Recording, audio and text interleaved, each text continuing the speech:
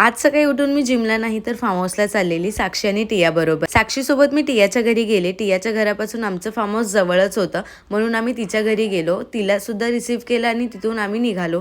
Almost आमचं 1 तासाचं travelling होतं। आम्ही पोहोचलो होतो। मी इथून बाहेर व्हिडिओ काढत होती। या मुलांना जसं कळलं मी व्हिडिओ काढते ते लगेच मला हाय करायला लागले आणि पुढे जाऊन हेच मला भेटले आणि मी व्हिडिओ काढते त्यामुळे हे जोरजोरात पळत माझ्याजवळ आलेले। जाऊन नंतर मी फ्रेश झाले, नंतर बाहेर आले, फोटोज व्हिडिओ शूट केले। परत मी येऊन कपडे चेंज केलेले, म्हटलं अजून जास्त फोटो काढेन, पण तेवढ्यात जोरजोरात पाऊस यायला लागला त्यामुळे आतमध्येच आम्ही डान्स करत होतो। खूप जास्त भूक लागली, त्याच्यानंतर आम्ही जेवलो आणि जवळच एक धबधबा होता। विचार केला की तिकडे जाऊया आणि जातानाचा जो रस्ता होता तो ऑलमोस्ट 15-20 मिनिटाचा होता, तो पण खूप डोंगरामध्ये आणि छोटूसा रस्ता होता।